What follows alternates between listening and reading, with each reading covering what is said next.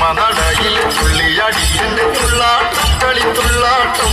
എല്ലമ്മ ദേവിക്ക് ആലിംഗലന്നെത്തി പെൺകൊടിമാരുടെ വീരനാട്യം ചെമ്പട്ടെടുത്തമ്മ ചെമ്മയെടുത്തമ്മ ചെഞ്ചയനോട്